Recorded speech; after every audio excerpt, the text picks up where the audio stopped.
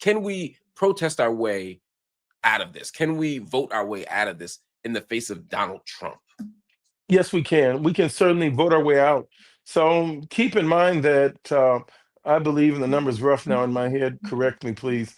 I believe Vice President Harris had 78 million. President Trump had 78, 79 million. It was a 1.5 million point uh, margin, 1.5 percentage points, and also a 1.5 million point margin in the swing states. It came down to 800,000 Mm, person votes. And having said that, one person was 77 and a half, and one person was 79 million votes. 90 million Americans did not vote.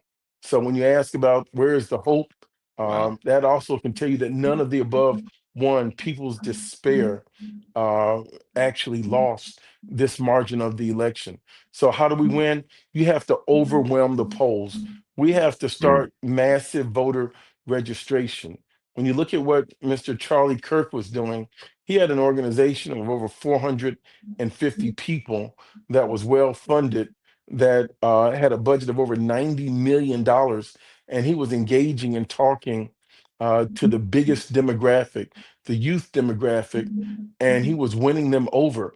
We have a better message, but he was at least out there registering people to vote. We need the Democratic and the liberal and the independent billionaires to fund massive voter registration campaigns.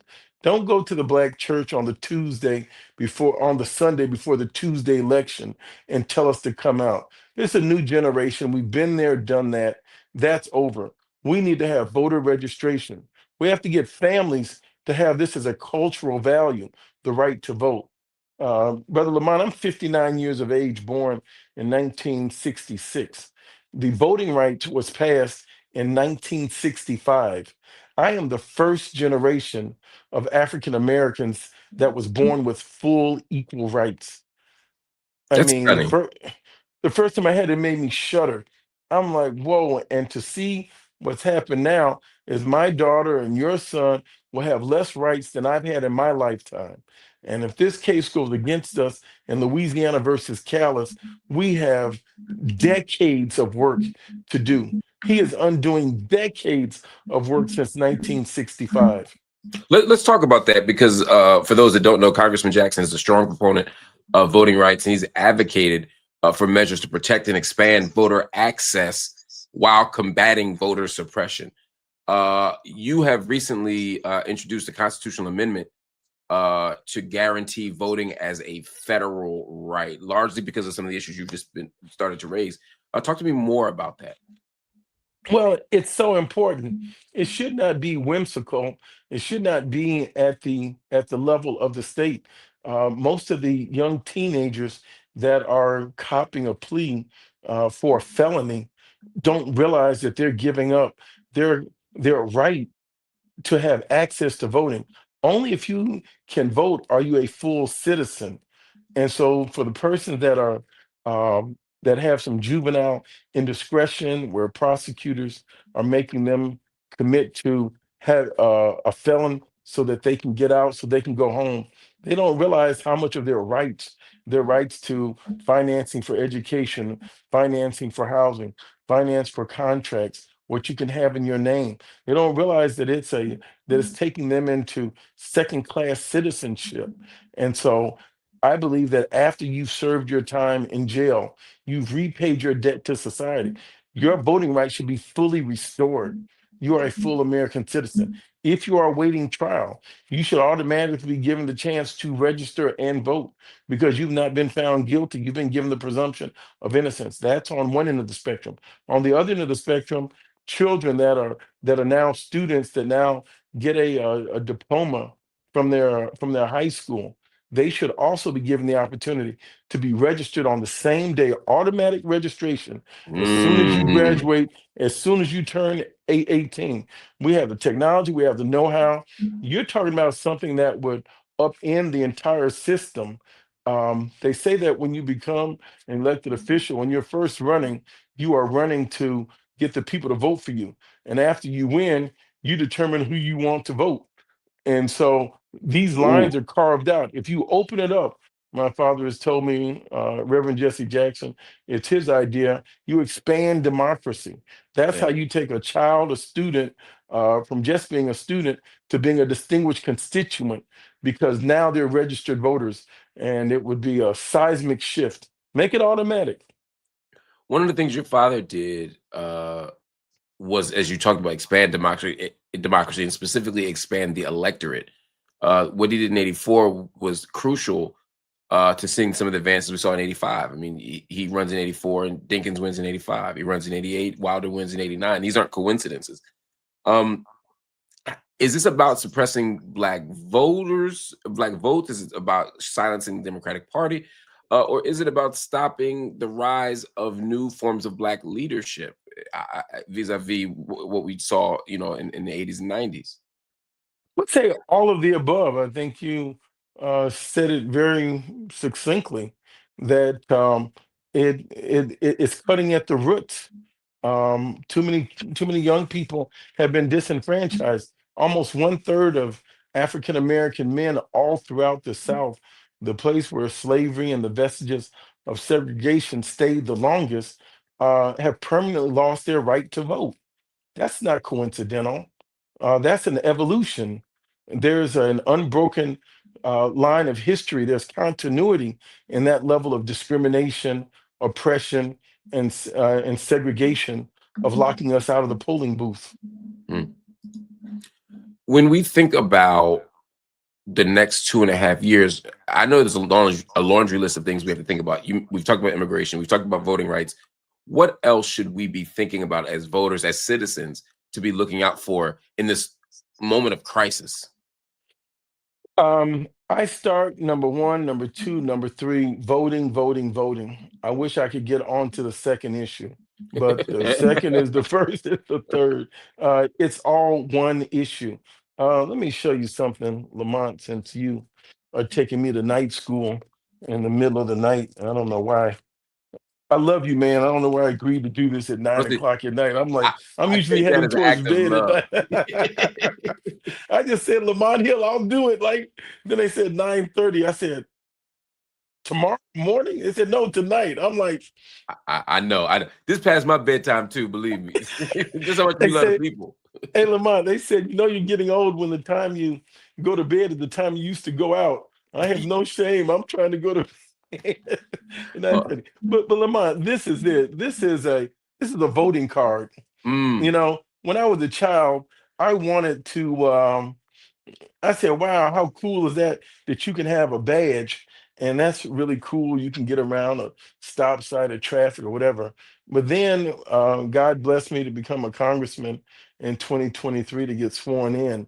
And the first 15 votes I had in the United States House of Representatives was for Leader Hakeem Jeffries to become Speaker of the House. mm, That was the first time an African American's name had ever been nominated for the speakership in American history. And the power of that, so between 1789 up until we got into the Congress in 2023, it had never happened in 240 some years. Like, it's just amazing. I like cried thinking about the power of that. And mm. to think that in American history, there have been over 12,560 people to have served in the House of Representatives. Fewer than 150 African Americans have ever had the right to vote in Washington, D.C. on the House floor. So this is all about voting. That's what citizens can do. So, how do we win this? We have to make voting a cultural value.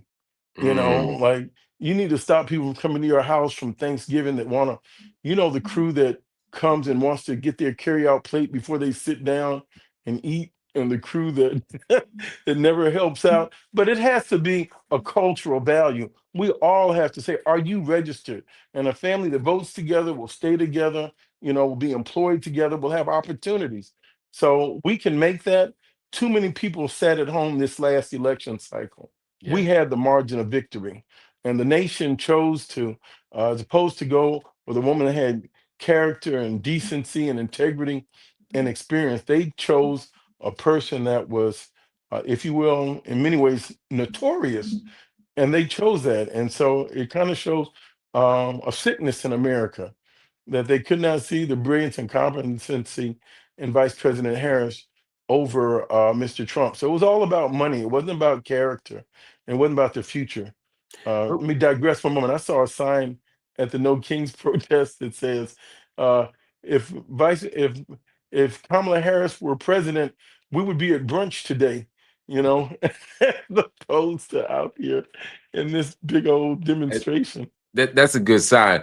I got to ask you one question, though, just pushing back just a Mm. little bit, because as much as I think Kamala Harris is and Donald Trump are not the same thing, there were a couple of issues that made a whole lot of people not want to vote for Kamala Harris. And obviously, one of them was what was happening in Palestine, specifically the Biden administration's response to October 7th, the Biden administration's enabling of Netanyahu and Palestine and the genocide in Gaza.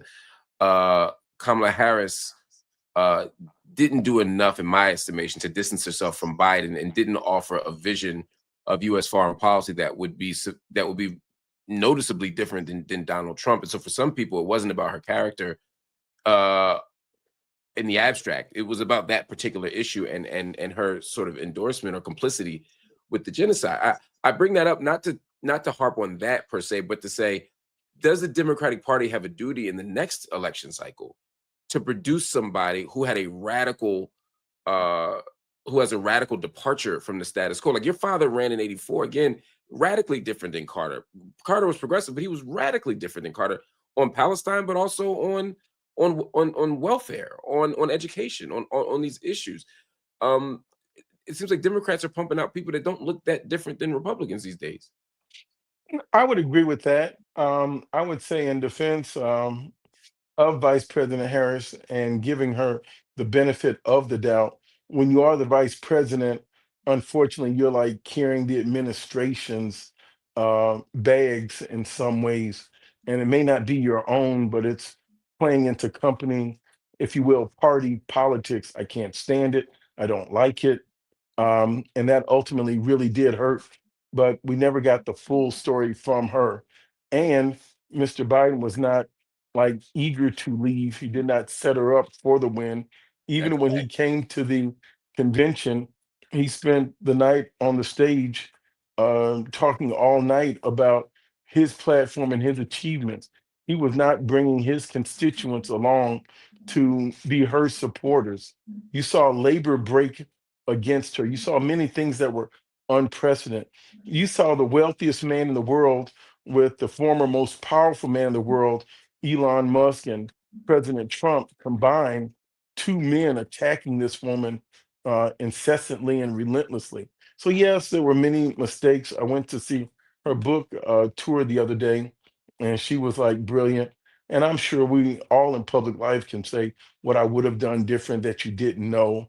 I was on the first wave of people that had signed for a ceasefire, and but that was a different principal position.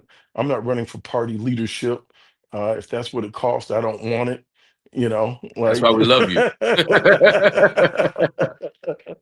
And so I am proud to serve the first district. It's the nation's oldest consecutively held district by African Americans in American history since 1928. So in 2028, we're going to have 100 years of African American leadership. And I got to spend more time with you. Let's fashion the agenda. The first district of Illinois in Chicago that has most of the South Side. Let's set the tempo and the pace for what we should be doing.